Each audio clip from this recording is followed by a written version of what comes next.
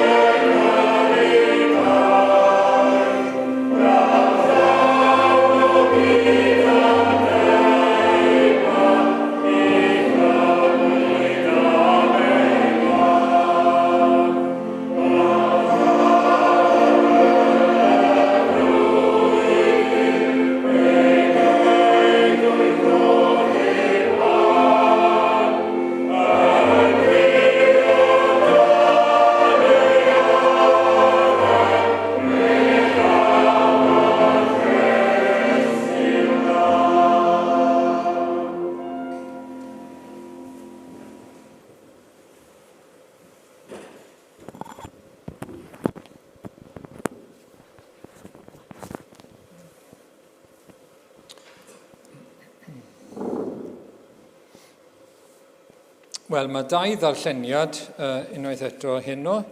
I ddechrau, mae llyfr y proffwyd Eseia, phennod 63, darllen y paragraff cynta. Eseia 63, 1-6, ac wedyn llyfr y datgyddiad a phennod 19. Eseia 63. Pwy yw hwn sy'n dod o Edom? Yn dod o Bosra a'i ddillad yn goch, y mae ei wisg yn hardd a'i gerddediad yn llawn o nerth. My fi yw yn cyhoeddi cyfiawnder ac yn abal i waredu. Pam y mae dy wisg yn goch a ddillad fel un yn sathru mewn gwynrif? Bym yn sathru'r grawnwyn fy hunan, ac nid oedd neb o'r bobl gyda mi, sethrais hwy yn fy llyd a'i mathru yn fy nicter. Ymdeinodd ei gwaed dros fy nillad nes cochi fy ngwisgoedd i gyd. Oherwydd roedd fy mryd ar ddydd dial a daeth fy mlwyddyn i waredu. Edrychais, ond nid oedd neb i'm helpu, a synnais nad oedd neb i'm cynnal. Fy mraich fy hun am gwaredodd a chynhaliwyd fi gan fy nicter. Sethrais y bobl yn fy llyd a'i meddwi yn fy nicter, a thywallt ei gwaed ar lawr.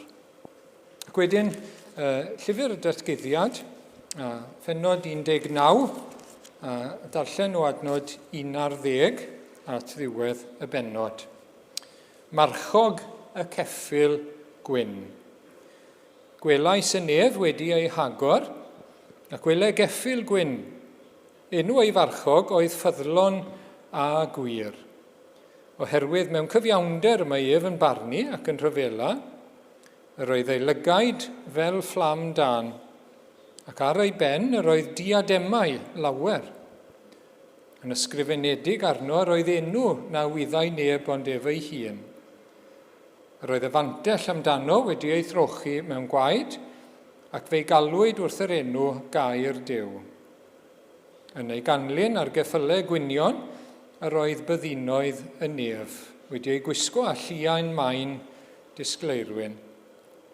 O ienau yr oedd cleddyf llym yn dod allan, iddo daro'r cenhedloedd a gef.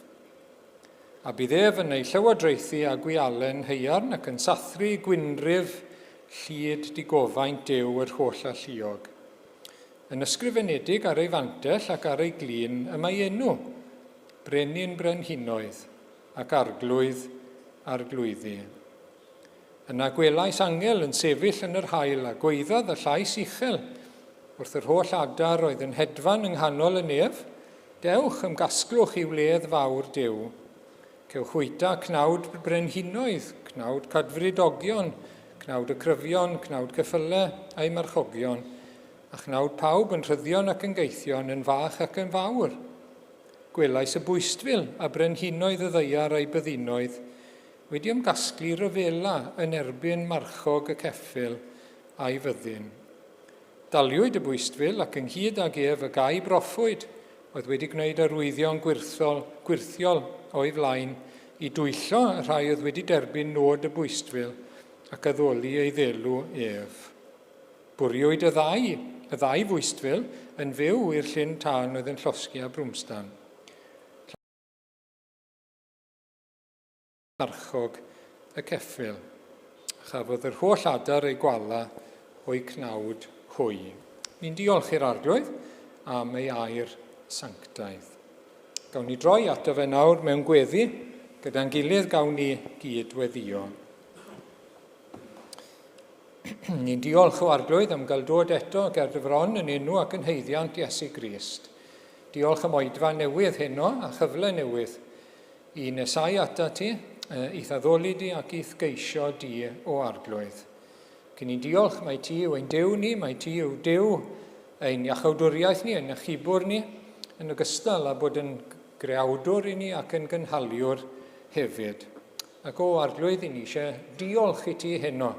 Diolch am dy ofal trosom ni, diolch am dy gynhaliaeth trosom ni, yn ystod y dydd heddi a'r wythnos sydd wedi mynd heibio.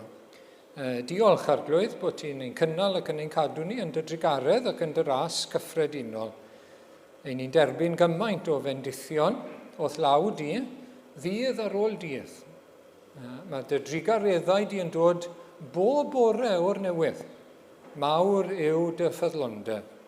Ac o arglwydd i ni'n cydnabod hynny ac yn diolch i ti. Ac i ni'n gweidi ar y groes.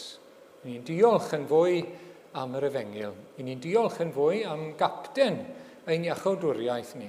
Am yr un i ni newydd arllen amdano fe nawr. Yr un yn dod o Edom a Bosra, yr un marchog y ceffyl gwyn. Hynny yw yr arglwydd Iesu Grist. I ni'n diolch amdano fe. Oherwydd mae fe yw'r un sydd wedi dod i ddryllio y gelyn a rhoi i ni fywyd tragwyddol. Ac arglwydd i ni'n diolch oherwydd i ni'n cydnabod allan ni ddim concro ein gelyn mawr ar ein pen ein hunain. Allwn ni ddim concro ein pechod ni, allwn ni ddim concro Satan a'i lu fe. Maen nhw'n ormod i ni o arglwydd. Does gyda ni ddim yn nerth na'r gallu. Ond i ni'n diolch bod un wedi dod ar ei ben ei hunan ac wedi cyflawni'r gwaith. Neb arall, doedd neb arall yn ddigon da, doedd neb arall yn deilwng, doedd neb arall yn gallu. Ond ar ei ben ei hunan, mae wedi dryllio y gelyn. Mae wedi concro Satan, pechod, marwolaeth ac uffeb. i ni'n diolch o arglwydd. A mae'n gymaint o gysur i ni ac o obaith i ni ddarllen amdano fe yn ymddangos o blaid ei bobl, yn ymddangos trwy dudalennau'r Beibl, yn ymddangos yn yr Hen Testament, yn ymddangos pan ddath mewn cnawd wrth gwrs, a bydd yn ymddangos eto ar y diwedd. Arglwydd, i ni'n diolch heno am gyfle i edrych ac i fyfyrio ar yr arglwydd Iesu Grist, ein ceidwad ni, ein brawd ni. Hosanna, hallelujah, i ni wedi canu, fe annwyd brawd i ni. Dim cwilydd arno fe'n galw ni'n frodyr iddo fe, yn dod yn un ohono ni. Ac arglwydd i ni, yn gweddio i ti'n bendithio ni heno, wrth i ni edrych ar Iesu Grist. Agor ein llyged ni, dangos ei ogoniant i ni o arglwydd, ac i ni'n gweddio bydd hyn yn effeithio ein meddwl ni, a'n calonau ni arglwydd, a'n bywydau ni wrth gwrs. A byddwn ni yn profi nerth o arglwydd, wrth i ni gadw'n llyged ar Iesu, wrth i ni fynd trwy ein bywyd yn y byd. Wrth i ni fynd trwy y frwydr ysbrydol, wrth i ni fynd trwy daith a pererindod ein bywyd ni. A byddwn ni'n cael nerth o arglwydd i wrth sefyll y gelyn, achos bod wedi gwneud hynny ac wedi mynd o'n blaen ni. Ac arglwydd i ni'n gweddio i ti'n bendithio ni felly, i ni'n diolch am graig ein iachawdwriaeth ni, yr arglwydd Iesu. A heno i ni eisiau dod a pwyso ar y graig. I ni eisiau cysgodi yn y graig yma. I ni eisiau cael dŵr o'r graig arglwydd. I ni eisiau cael y dŵr bywio. Ni'n gweddio bydd yr ysbryd glân yn dod a dyfendith ni arglwydd. I ni, o'r graig heno.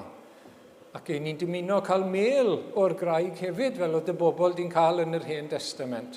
Bod na fel ystra i ni. Bod na faith i ni, wrth i ni feddwl a myfyrio a gweld yr arglwydd Iesu. Ac wedyn wrth i ni ddod at fwrdd y Cymyn a chofio ei aberth a cael cymundeb gyda'n gilydd, gydag wrth y bwrdd. Ac arglwydd i ni'n gweddio y bydd yn cael ei ogoneddu wrth i ni fel corff i wasanaethu fe yn y lle yma o arglwydd. Arglwydd i ni'n gweddio bod yn bywyd ni yn dwy'n clod i Iesu Grist ac yn dwy'n gogoniant iddo fe. Helpa ni arglwydd i'w ogoneddu fe ym mhopeth. Ni'n gweddio dros y cyfarfodydd yn ystod yr wythnos. Ni'n gweddio bydd yn y canol. Ni'n gweddio pan ni'n ymwneud â phobl eraill, byddwn ni'n cymeradwyo yr arglwydd Iesu. Byddwn ni'n dangos Iesu. Nid yn ein dangos ni yn hunain o arglwydd. Ac ni'n gweddio trwy dy ras, trwy waith yr ysbryd glân, bydd pobl yn cael agor i llyged nhw eto i weld yr arglwydd Iesu. I weld i hangen nhw, i weld i pechod, ond i weld y gwaredwr hefyd, sydd mor addas iddyn nhw, sydd mor berffaith iddyn nhw, a sydd yn abal ac yn fodlon i'w hachub nhw hyd yr eitha. Arglwydd i ni'n gweddio dros gorff Crist trwy'r byd wrth gwrs, heno eto, dros y rhai sydd yn dioddau dros yr Efengil. Ni'n meddwl am Ogledd Corea o arglwydd, a'r sefyllfa yna, a'r clodi, a'r pethau'n wath o arglwydd, a'r gormes ni'n gweddio drostyn nhw. Nertha nhw eto arglwydd, ac ni'n diolch bod ti yn un sydd yn rhyfeddol yn gallu troi pob peth daioni. Ni'n gweddio y bydd hynny'n digwydd, diled y deyrnas o arglwydd yn y wlad yna. Ni'n gweddio dros yr un sy'n llywodraethu arglwydd, i ti blygu fe. Nes ti blygu Nebuchadnezzar, ac i ti gallu plygu unrhyw un arglwydd. Ni'n gweddio i ti blygu rhai eto i ti, a llwyddo gwaith dy deyrnas. Ac i ni arglwydd felly yn cofio am ein gilydd, i ni'n cofio am y rhai sydd heno mewn cartre, ac yn unig, ac yn llesg, gofyn ti fendithio nhw. A rhai sydd yn eu cartrefi hunain hefyd, gofyn ti fendithio nhw. A'i cynnal nhw arglwydd, a'i bendithio nhw. Arglwydd i ni yn gofyn i ti i dderbyn ein diolch am ein bara beunyddiol, ac i ni'n gweddio am fyddeiant hefyd. Ni angen myddeiant beunyddiol yn enw yr arglwydd Iesu Grist. I ni gofyn i ti beidio yn harwain i brofedigaeth, Arglwydd. Cadw ni rhag temptasiynau di-angen, Arglwydd. Cadw ni. A cadw ni hefyd rhag yr un drwg. Cadw ni fel eglwys o Arglwydd, cadw ni fel unigolion rhag yr un drwg. Y llew riadwy weithiau, angel o goleuni bryd arall, ond ein gelyn ni y diafol. Arglwydd, cadw ni rhagddo fe yw ein gweddi ni. Oherwydd eiddo ti yw y deyrnas o Arglwydd, i ti yma'r clod a'r gogoniant. Ti sydd ben, Arglwydd, y deyrnas yn erth a'r gogoniant. Yno ti yma'n gobaith ni. Yno ti, Arglwydd, ac i ti y bod diolch a'r mawl i gyd. Trwy Iesu Grist. Amen.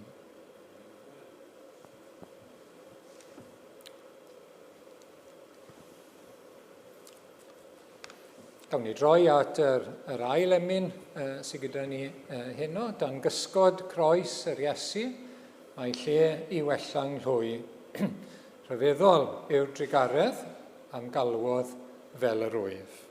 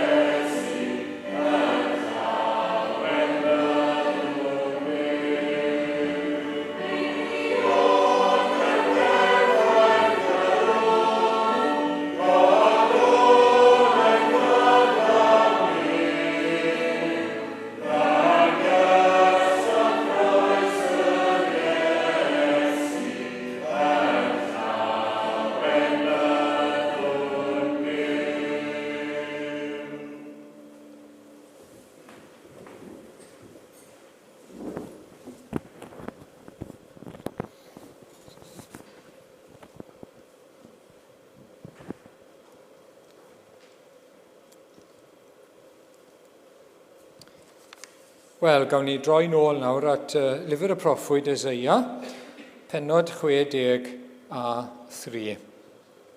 Ac heno, i ni eisiau edrych a myfyrio ar yr arglwydd Iesu Grist.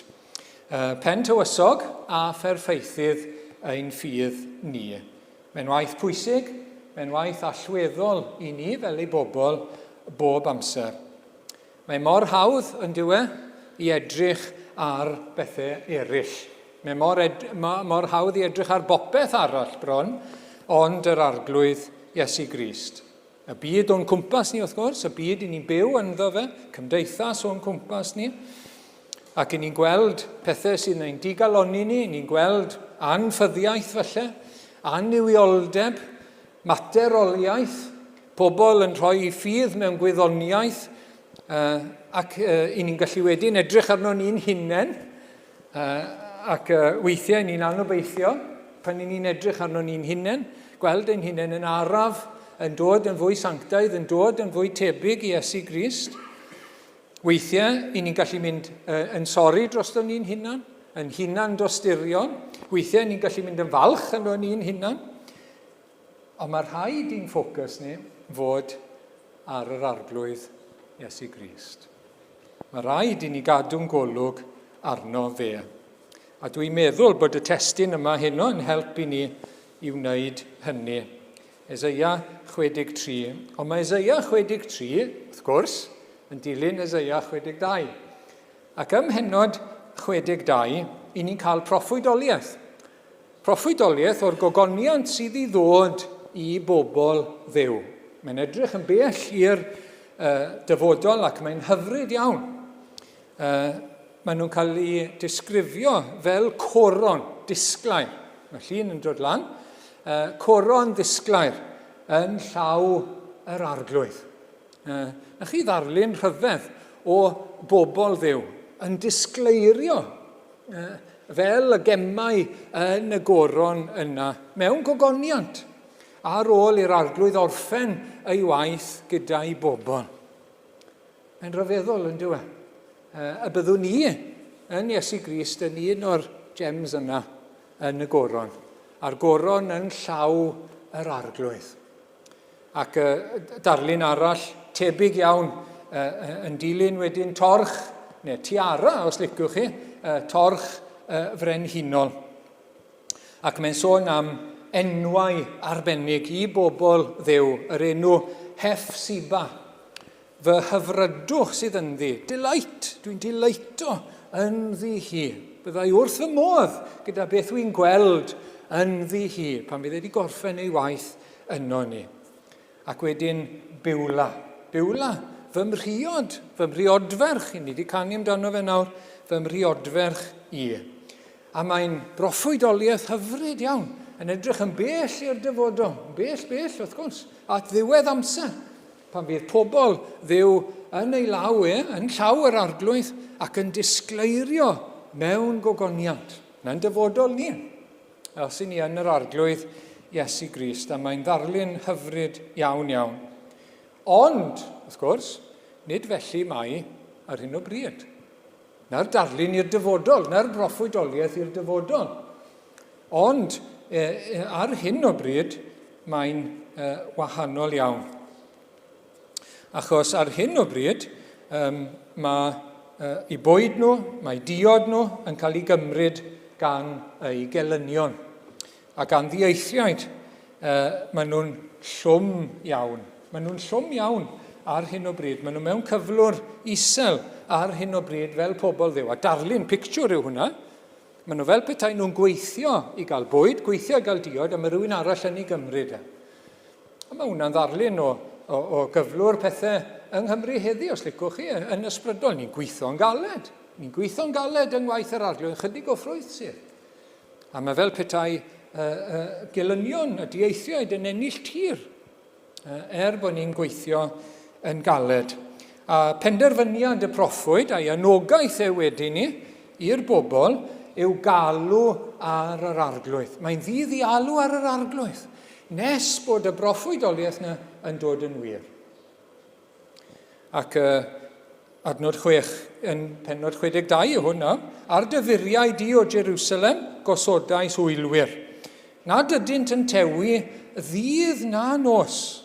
Chwi sy'n galw ar yr arglwydd, peidiwch a distewi, na roi llonydd iddo, nes iddo sefydlu Jerusalem. A dyna mae'n neges i ni, yn dywe. Gweddiwch ar yr arglwydd, deled y deyrnas. Boed i ni weld cyflawni da ddiwidion di, bod y deyrnas ni di'n domlaen bod achos Iesu Grist yn tyfu ac yn cynyddu eto ac yn cryfhau tan y diwedd, wrth gwrs. Ac i ni fod i alw, sylwch ar hwnna, pidiwch a roi llonydd iddo fe. A mae'r arglwydd wrth i fodd, chi'n gweld? Mae'r arglwydd Iesu yn rhoi negeseuau i ni yn dywe. Y damhegion i ni. Y wraig weddw yn plagio ar y barnwr anghyfiaw. Y cymydog yn cnoco ar y drws nes bod yn cael ateb bod hi'n hwyr yn y dydd. A mae'n gweud wrthon ni fel na dylen ni fod mewn gweddi. Pidio roi llonydd, pidio meddwl bod ni'n polite a bod ni ddim i fod i ddisturbo'r arglwydd gormod. Na, cnoco trwy'n amser, dal ati i gnoco. Na'n dyletswydd ni'n awr, wrth gwrs. Deled y deyrnas. Llwyddo dy waith arglwydd, cyflawna dy addewidion. Ac wedyn ni, i ni'n dod at bennod 63. Ac yng nghanol y cyfan, mae rhywun yn ymddangos. Mae yna ffigwr yn dod. Mae yna berson yn dod. Mae olwg yn eitha rhyfedd. Mae ddillad yn goch. A mae di dod o ryw wlad arall, Edom. A mae wedi dod mewn i'w golwg nhw fel petai. Gweledigaeth yw neges gan y proffwyd, wrth gwrs. Ac mae rhai pobl yn meddwl, mae rhywun di ni mistake fan hyn. Mae rhai sydd yn beirniadu y Beibl yn dweud, mae rhywun wedi rhoi'r darn mewn yn y lle rong. Mistake yw e. Nag nid dyna beth yw e o gwbl, wrth gwrs, nid camgymeriad yw e o gwbl. Na, mae'r tywysog, mae'r capten buddigon yn ymddangos i galonogi ei bobl. Bod popeth yn ei law e, y concwerwr, y buddigwr, yr un sy'n mynd i gyflawni'r gwaith mae i gyd, mae e'n ymddangos. A mae'r cyfan yn ei law e. Ac i ni'n gweld hyn trwy'r Beibl. I ni'n gweld trwy'r ysgrythyr. Weithiau pan mae pobl Dduw mewn sefyllfa anodd, maen nhw'n stryglo go iawn. Mae e'n ymddangos. Mae'n ymddangos. A mae gyda nhw, mae o'i plaid nhw. Ac na i roi cwpl o enghreifftiau nawr o'r Hen Testament. Dim ond dwy enghraifft nawr te. Exodus 3. Chi'n cofio Moses yn bugeilio yn yr anialwch yn Midian, a mae'r berth yn llosgi yn dywe. Mae pobl Israel yn yr Aifft yn dioddau'n ofnadw yn yr Aifft, mewn caethiwed llwyr. Yr wyf am droi i edrych ar yr olygfa rhyfedd hon, pam nad yw'r berth wedi llosgi. Nid yn gymaint pwy yw hwn, ond beth yw hyn? Beth yw hyn? Mae rai fi droi edrych, mae rai fi fynd i weld beth sy'n digwydd fan hyn. Ac wrth gwrs mae'r arglwydd yn siarad. Yahweh, yr arglwydd Iesu yw e, yr arglwydd Iesu Grist sy'n siarad, wrth gwrs, gyda Moses. Ac mae'n mynd i achub ei bobl o'r Aifft. Mae gyda nhw, mae wedi clywed, mae wedi gweld i sefyllfa nhw. A mae'n dod i wneud rhywbeth am y sefyllfa. Mae'n mynd i ddod â nhw o'r Aifft. Ac mae'n mynd i ddefnyddio Moses ac Aaron bod nhw'n wan iawn iawn. A sdim gobaith i Pharo. A sdim gobaith i'r Aifft. Mae yn ymddangos o blaid ei bobl. Ac wedyn ni, nes ymlaen, ni'n darllen yn llyfr Joshua ond i ni. Am Joshua a'r bobl nawr, maen nhw'n dod nes at wlad yr Iddewyd. Chi'n cofio, maen nhw'n dod at Jericho, a mae'r waliau mawr yma o'i blaen nhw. Waliau Jericho, yn anferth, yn drwchus iawn. Siwrd yn y byd maen nhw'n mynd i fynd mewn i Jericho. Beth maen nhw fod i wneud? Ac mae Joshua yn gweld rhywun a cleddu fyny lawe. Dyn a cleddu fyny lawe, chi'n cofio? A mae'n ymddangos fel yna. Fel yna, yn ymddangos, chi'n gweld? A'i gyda ni, gyda'n gwrthwynebwyr wyt ti. Pwy wyt ti? Friend o ffo. Na beth mae'n gofyn iddo fe? Wyt ti gyda ni neu wyt ti gyda nhw? Pwy wyt ti? Unwaith eto, pennaeth llu yr arglwydd. Capten byddin yr arglwydd. Pwy yw e? Yr arglwydd Iesu Grist. Yr arglwydd Iesu Grist. Mae'n dod i arwain ei bobl. Mae'n dod i arwain nhw i goncro Jericho. Dim gobeith gyda waliau Jericho. Dim oed pa mor drwchus yw nhw. Dim gobeith gyda amddiffynfa Jericho a byddin Jericho. Dim gobeith gyda nhw. Mae pennaeth llu'r arglwydd yn y blaen gyda'i bobl. Ac wrth gwrs, mae'r waliau'n dod lawr. Dyn nhw'n gwneud dim byd. Mae'r waliau'n dod lawr ar sain yr utgor. Dim ond cerdded rownd. Llwch chi ddychmygu pobl Jericho. Falle bod nhw'n teimlo yn eitha hyderus. Falle bod nhw'n chwerthu'n am ben y bobl. Mae'n cerdded rownd a rownd bob dydd. A'r sydyn iawn, mae'r cwbl yn dod lawr. Cwbl yn cwmpo, achos mae pennaeth llu yr arglwydd gyda ei bobl. Does dim methu gyda'r yn y blaen, chi'n gweld? Does dim gobeith gyda'r gilydd. Ac wedyn ni, i ni'n dod at y Testament Newydd, wrth gwrs. Ac i ni'n clywed yr un cwestiwn, pwy yw hwn? Lyc 5 i ddechrau nawr te. Pwy yw hwn sy'n llefaru cabledd? Pwy ond Duw yn unig all faddau pechodau? Chi'n cofio fan hyn? Y claf o'r parlus, chi'n cofio? A'i ffrindiau wedi cario fe at yr arglwydd Iesu. Maddeuwyd i ti dy bechodau. Maddeuwyd i ti dy bechodau. Mae gyda fe awdurdod i faddau pechod. Sim gobeith gyda phechod, pa mae e'n gweud maddeuwyd i ti dy bechodau. Sim gobaith. Chawn ni ddim yn condemnio, nid pechod caiff y gair ola, unwaith mae'r arglwydd Iesu'n dod i'r pictiwr. Yn dod i'n bywydau ni. Pwy yw hwn? Pwy yw hwn? So mae'n gallu dweud hyn? O, mae'r awdurdod gyda fe. I faddau pechod. Lyc 8:25, tawelu'r storm, wrth gwrs. Pwy ynte yw hwn? Y disgyblion nawr sy'n siarad, chi'n cofio? Os chi'n darllen yr hanes, mae'n gweud bod nhw'n ofni ddwywaith. Mae nhw'n ofon achos y storom i ddechrau. Wedyn mae'n tawelu'r storom, a mae nhw'n ofon eto. Parchedig ofon wedyn ni. Bod e'n gallu tawelu'r storom yma, gyda'i lais. Tawelu'r gwynt, tawelu'r tonne. Pwy yw hwn? Mae'n gorchymyn hyd yn oed y gwyntoedd a'r dyfroedd a hwythau ni fyddhau iddo. Mae e wrth y lliw. Mae gyda fe awdurdod dros fyd natur, dros y greadigaeth. Duw mewn cnawd yw e, Duw yn ddyn, o blaid ei bobl. Dyma fe, yr arglwydd Iesu Grist. Wrth gwrs, nes ymlaen, fyddwn ni'n dod at y cymyn, a pwrpas y cymyn yw bod ni'n edrych ar Iesu Grist, wrth gwrs, a bod ni'n cael cymundeb gydag e. Bod ni'n cofio ei fuddugoliaeth e. Cofio pwy yw capten yn iachawdwriaeth ni. Cofio'n gwaredwr ni. Cofio ein pennaeth ni. Wel, i ni ddod nôl nawr te at Eseia 63, ddweud tyma bach eto, o ble mae wedi dod. Mae wedi dod o Edom ac o Bosra. Nawr, mae hwnna, tyma bach yn anodd felly, mae eisiau esbonio tyma bach. Dwi'n mynd siŵr os mae... na fi. Dwi'n mynd gwybod sut chi'n gallu gweld hwnna, mae'n ddrwg da fi.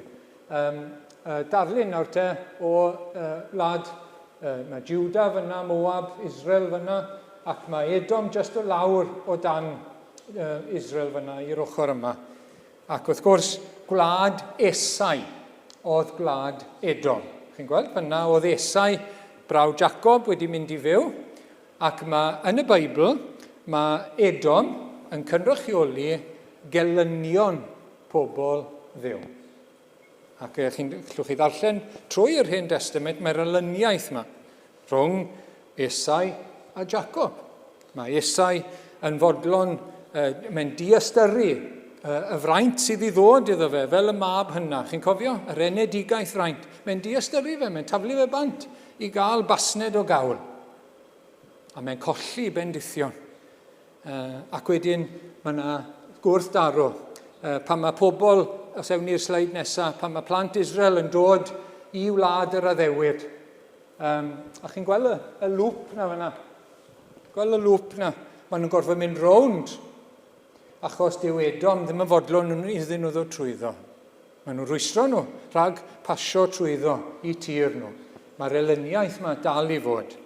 Ac allwch chi ddarllen yn yr Hen Testament, allwch chi ddarllen yn proffwydoliaeth Eseia nes ymlaen, Ezekiel, ac mewn mannau eraill, Dafydd, y brenin Dafydd, mae yna ryfela a mae yna cyhoeddi barn ar Edom. Gelynion yr arglwydd yw nhw. Maen nhw'n symbol o elynion yr arglwydd.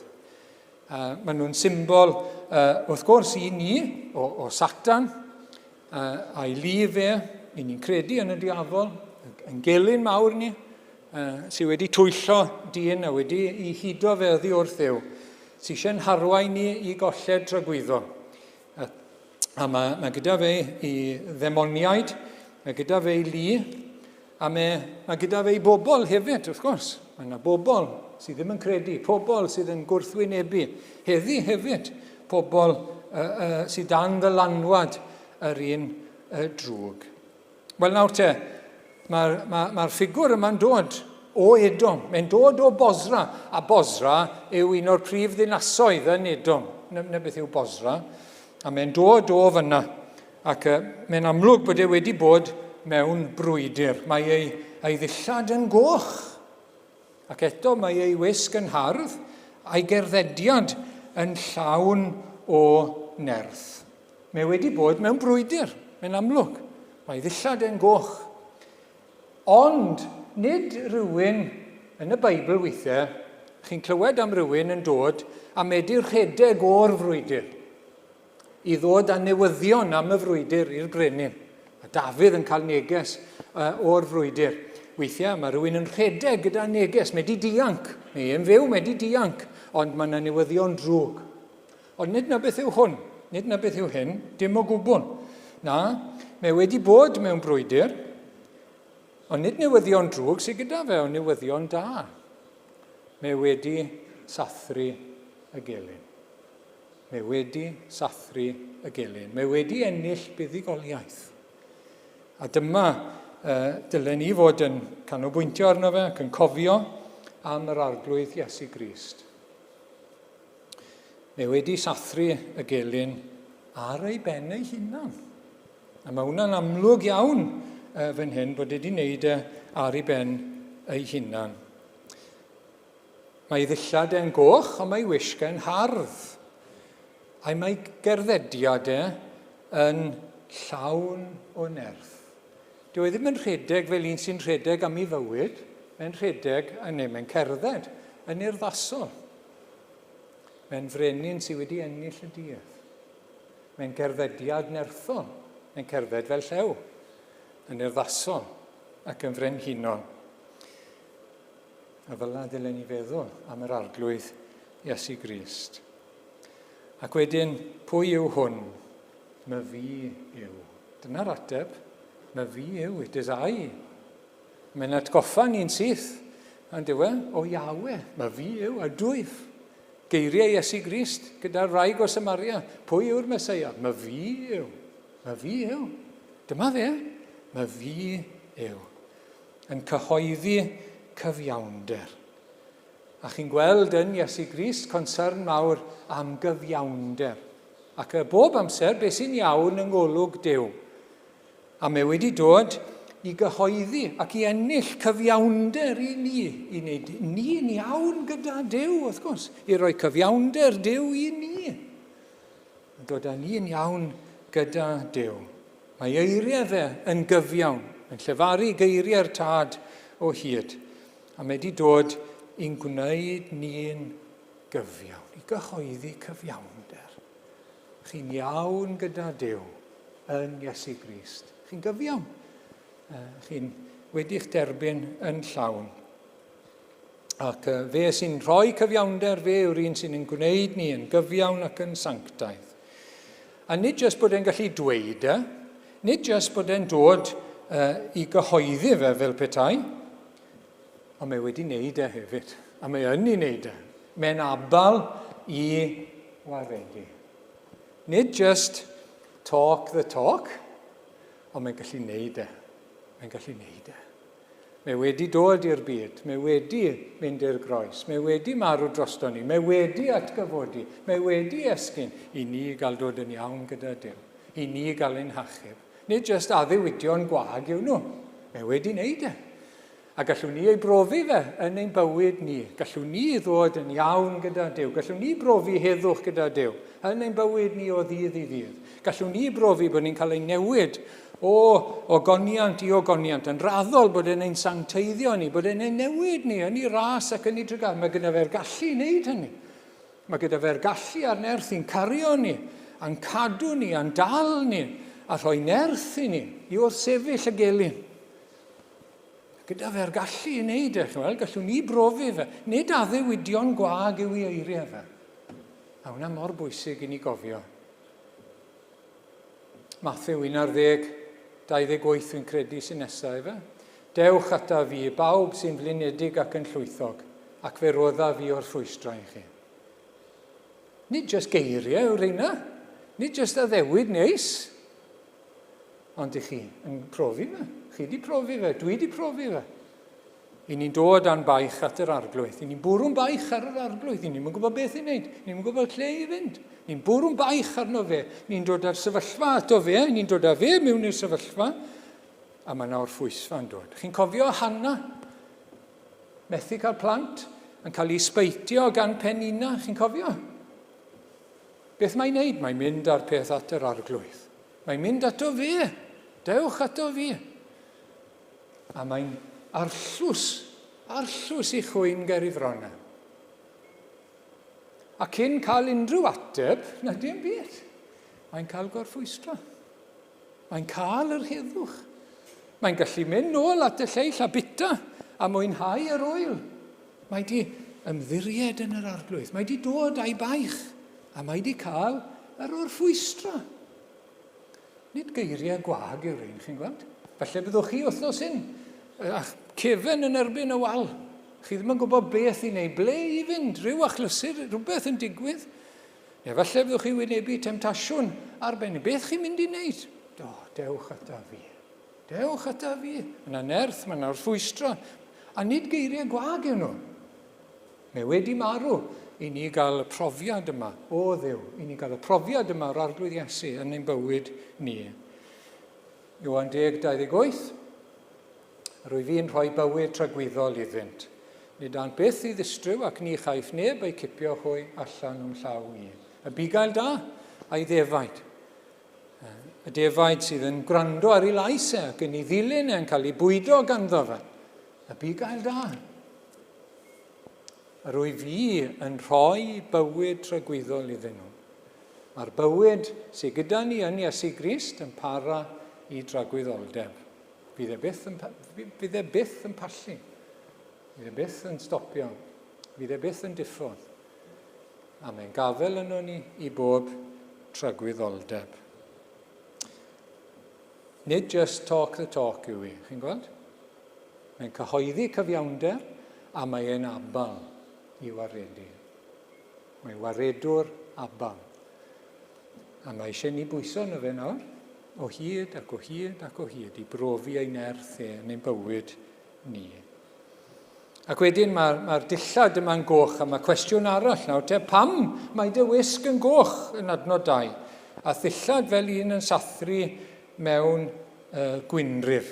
Credu bod y fi lun, yn ddigon i roi chi off gwyn am byth, na fe? Fel yna maen nhw'n wneud, ynddo fe? Sathru, mae'n hen draddodiad, sathru y grawnwyn. Ac wrth gwrs, chi'n gweld y coesau fyna yn mynd yn goch i gyd, a mae'r dillad yn gallu mynd yn goch, mae'n debyg, ac edrych fel un yn sathru grawnwyn. Ac beth mae wedi bod yn wneud te? Bydd mae'n sathru'r grawnwyn fy hun, sethrais hwy yn fy llyd a'i mathru yn fy nicder. Ond wrth gwrs, nid grawnwyn mae wedi bod yn sathru, ond y gelyn. Mae wedi sathru y gelyn. Ac mae wedi wneud hynny, sylwch, yn ei lyd ac yn ei ddicter. Mae yna sêl mawr, zil, yn perthyn i'r arglwydd Iesu Grist. Mae'n bwysig bod ni'n cael hyn yn glir yn ei meddwl ni. Chi'n cofio fe'n troi'r fordydd yn y deml, sêl dy di am hysodd. Sêl, zil, dros ogoniant Duw. Sêl yn erbyn pechod. Mae'n casau pechod. yn ei gysau. A mae gyda fe zeel yn ei erbyn. A mae pob pechod hynny yw, mae Satan, tad pechod, tad celwydd, mae e'n mynd i gael ei sathru dan draed wrth gwrs. A dyna'n gobaith ni, bod e'n cael ei sathru. A bod pechod yn cael ei sathru a'i symud oddi wrtho ni. Ond mi ddylen ni gael yr un zeel hefyd. Mae rhywbeth dylen ni fod yn gweddio amdano'n hunain. Sel dros ogoniant Duw a sel yn erbyn pechod, yn arbennig ymhechod i. Yn arbennig ymhechod i. Dylen ni fod â sel dros bechod, sydd yn sathru ogoniant Duw ac yn rhydedd Duw, sydd yn codi lan yn erbyn Duw, ac yn gwrthryfela yn ei erbyn e, bob pechod. Dylen ni fod â sel. Dyna sy'n wir am Iesu Grist, chi'n gweld. A dyle fe fod yno ni hefyd, achos mae wedi dod i'n hachub ni oddi wrth ein pechodau. Ni gael buddigoliaeth drosto fe. Ac mae wedi wneud y cyfan nawr te ar ei ben ei hunan. Ond cyn hynny, wy'n credu bod adnod y fi, jyst i gadarnhau y sathru o'r darlleniad, a bydd ef yn ei llywodraethu a gwialen haiarn ac yn sathru gwynrif llyd i gofaint Duw. Mae rai pobl yn upseto pan maen nhw'n clywed hyn am farn a sathru'r gelyn, ond dyna'n hynny gobaith ni. Bod y drwg yn cael ei sathru am beth. Bod y gelyn yma'n cael ei sathru am beth gan yr arglwydd Dduw, gan yr arglwydd Iesu Grist. A mae'n gwneud y cwbl ar ei ben ei hunan, sylwch. A mae'n pwyslais ar hyn yn dos e. Adnod 3 ac adnod 5, bydd mae'n sathru'r grawnwyn fy hunan, ac nid oedd neb o'r bobl gyda mi. Wedyn adnod 5, edrychais, ac nid oedd neb i'm helpu, a synnais nad oedd neb i'm cynnal. Ond fel hyn, oedd rhaid iddi fod, mae wedi ennill y fuddigoliaeth ar ei ben ei hunan. Ac mae hyn yn bwysig gyda'n achubiaeth ni, gyda'n iachawdwriaeth ni, gyda'r iachawdwriaeth Gristnogol, Christian Salvation nawr te, gwaith Duw yw e, gwaith Iesu Grist yw e, i gyd. A ni ddim yn gallu cyfrannu dim byd ato fe. Mae'n bwysig bod ni'n deall hwnna, mae'n bwysig iawn. Ei waith yw e, mae'n exclusif iddo fe. Mae'n exclusif. Pawb arall yn cael ei gau mas. Mae'n neud y cyfan ei hunan. A mae wedi wneud y cyfan ei hunan ar y groes drosto ni.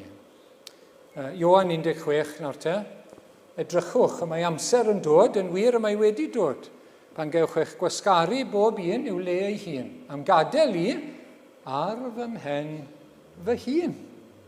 Ath ei hunan i'r groes wrth gwrs. Gallai neb dynol, gall neb dod â unrhyw, a fi'n pwysleisio hyn, gallwn ni ddim dod â scrap o'n cyfiawnder ni, cyfiawnder brwnt ni i ychwanegu. Allwn ni ddim adio at y fuddigoliaeth. Na, i ni cael ran yn y fuddigoliaeth ynddo fe, ond di ni ddim yn gallu ei gyflawni fe. Ei waith yw e. A dim ond fe, a ni'n ymddiried ynddo fe, i ni'n trystio ac yn pwyso yn llwyr arno fe. Mae'n rhoi clogin i ni, clogin cyfiawnder, i guddio'n pechod. Mae'n yna ddarlun yn y Beibl bod angen gwisgo ni a clogin glân i guddio'n pechod. Wel, nid patchwork yw e, chi'n gweld? Mae rai pobl yn dda iawn yn gwneud patchwork. Chi'n dod â pisyn o hwnna, a mae'n gallu edrych yn neis. Ond nid patchwork yw hwn. Fe sydd wedi wneud y clogin i gyd i hunan. Sneb arall wedi dod â ychwanegu dim byd ato fe. Clogin ein cyfiawnder ni. A mi ath i'r groes ei hunan. Beth i ni'n mynd i gofio nawr? Ath i'r groes, a mae pwerau Satan yn dod yn ei erbyn e, mae'r gelyn yn dod, pwerau Edom os chi'n moyn, wedi mynd i'r frwydr, pwerau Uffern wedi dod yn ei erbyn, a beth i gwyddodd? Wel, ni, Colosiaid nawr te, diarfogodd y tywysogaethau a'r awdurdodau a'i gwneud yn sioe ger bron y byd yng ngorymdaeth ei fuddigoliaeth arnynt ar y groes. Mae wedi chwalu nhw, mae wedi smasio nhw, y gelyn. Holl syniadau, holl cyhuddiadau Satan popeth, ei holl gynlluniau fe wedi cael ei chwalu yn llwyr. Marwolaeth, pechod, uffern wedi cael ei chwalu yn llwyr. Chi'n credu na heno? Gan yr arglwydd Iesu Grist. Mater o amser yw cyn byddan nhw'n cwmpo yn llwyr. Pawb sydd dan dylanwad yr un drwg, pawb sy'n dal yn ei bechod, cwmpo bydd y cwbl i gyd. A mae'r arglwydd wedi atgyfodi. Chi'n gweld yn ymddangos i'r ddau ar y ffordd i y maes. Do'n nhw'n mynd i nabod a mae'n ymddangos. Pwy yw hwn? Do'n nhw'n gwybod pwy oedd Dyw e ddim yn gwybod fel petai beth sydd wedi digwydd yn Jerusalem. Ond fe oedd Fe ei hunan. Gwrthdori'r bara, maen nhw'n ei nabod Oedd saith wedi mynd i bysgota ar fôr Tiberias. A mae rhywun ar y lan yn siarad nhw. Pwy yw hwn? Pwy yw hwn? Yr arglwydd yw, medde Ioan. Yr arglwydd yw Fe yw Mae gyda nhw, mae ar y blaen. Ac mae'n ei hanfon nhw allan, oherwydd mae bob awdurdod yn y nef a'r ddeiar ganddo fe. A dyma'r un fydd yn dod ar y cymylau ar ddiwedd amser. A fydd pobl yn gofyn, pwy hwn beth sy'n digwydd nawr? A bydd yn dod yn ei ogoniant ar y cymylau, fel brenhinoedd ac fel barnwr pawb. I sicrhau y fuddugoliaeth derfynol, i orffen y gwaith, i ddod â ni i'r gogoniant, i'r nef a'r ddeiar newydd am byth. A bydd pob gelyn yn cwmpo am byth. Pob gelyn yn cael ei sathru dan ei draed Wel, gweddio bod hyn yn fendith i ni heno i gael ein atgoffa o'r arglwydd Iesu. Ynddo fe mae'n gobaith ni, ynddo fe mae'n buddigoliaeth ni, ynddo fe mae'n achubiaeth ni o'n pechod trwyddo fe ni'n dod yn iawn gyda Duw ac yn gyfiawn ger bron Duw. Ynddo fe fyddwn ni'n dod yn sanctaidd ac yn lan. A dyma'r un nawr byddwn ni yn ei gofio fe, wrth gwrs, yn y cymyn, a cofio beth mae wedi gwneud troso ni. Dyma'r un i ni'n gweddio deled dy deyrnas di. Gyn ni'n rhan o'r deyrnas ac yn rhan o'r gwaith gyda fe. Dyma gapten ein iachawdwriaeth ni. Dyma'r un sy'n sicrhau maddeiant, cyfiawnhad, yn addwy'n hachub a'n cadw ni tan y diwedd. Dyma'r un sy'n rhoi buddigoliaeth i ni ar y diafol, a'r gnawd a byd. Dyma'r un fydd yn ein harwen i bob cam i'r gogoniant. Diolch am gael golwg ohono fe fan hyn. Diolch am gael golwg ohono fe yn y cymyn. A gadewch i ni weddio, yn ein dyddiau ni, a byddwn ni'n cael golwg cliriach ohono fe. Bydd fel petai'n ymddangos gyda ni. Dyna beth sy'n digwydd mewn diwygiad, mae'n ymddangos mewn gogoniant. Ac i ni'n cael hwb mawr ymlaen yng ngwaith y deyrnas ac yn heyrnas ddew. Mwyn i enw. Amen.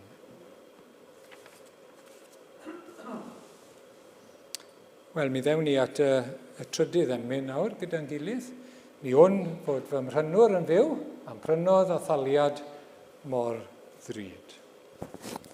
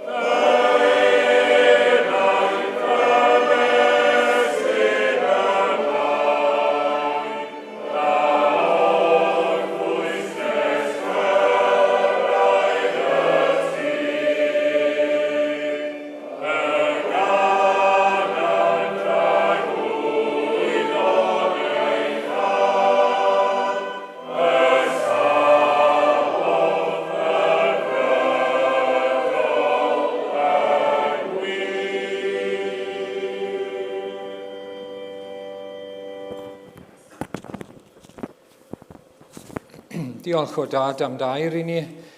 Diolch am yr olwg yna ar yr arglwydd Iesu Grist. O, diolch am gapten ein iachawdwriaeth ni. Diolch am un sydd wedi sathru'r gelyn ac y bydd yn sathru'r gelyn yn llwyr. Diolch arglwydd bod wedi dod i'n hachub ni o'n pechod a'n rhyddhau ni, yn gwneud ni'n iawn gyda Duw, yn gyfiawn ac yna yn sanctaidd. O, diolch na bydd e byth yn methu yn ei waith, bod e'n llwyddo ym mhob peth mae e'n gwneud. Does dim gobaith i'r gelyn ger i fron nef. O, arglwydd, ni'n gweddio y byddwn ni'n cael ein nerthu yn fawr wrth gofio gwirioneddau hyn am yr arglwydd Iesu Grist. Mae'r brenin yn y blaen, a ninnau oll yn hif. Ni saif na dŵr na thân. O, arglwydd i ni diolch. Helpa ni fod yn hyderus, nid yn o'n ni'n hunain, ond yn yr arglwydd Iesu Grist. Er mwyn i enw. Amen.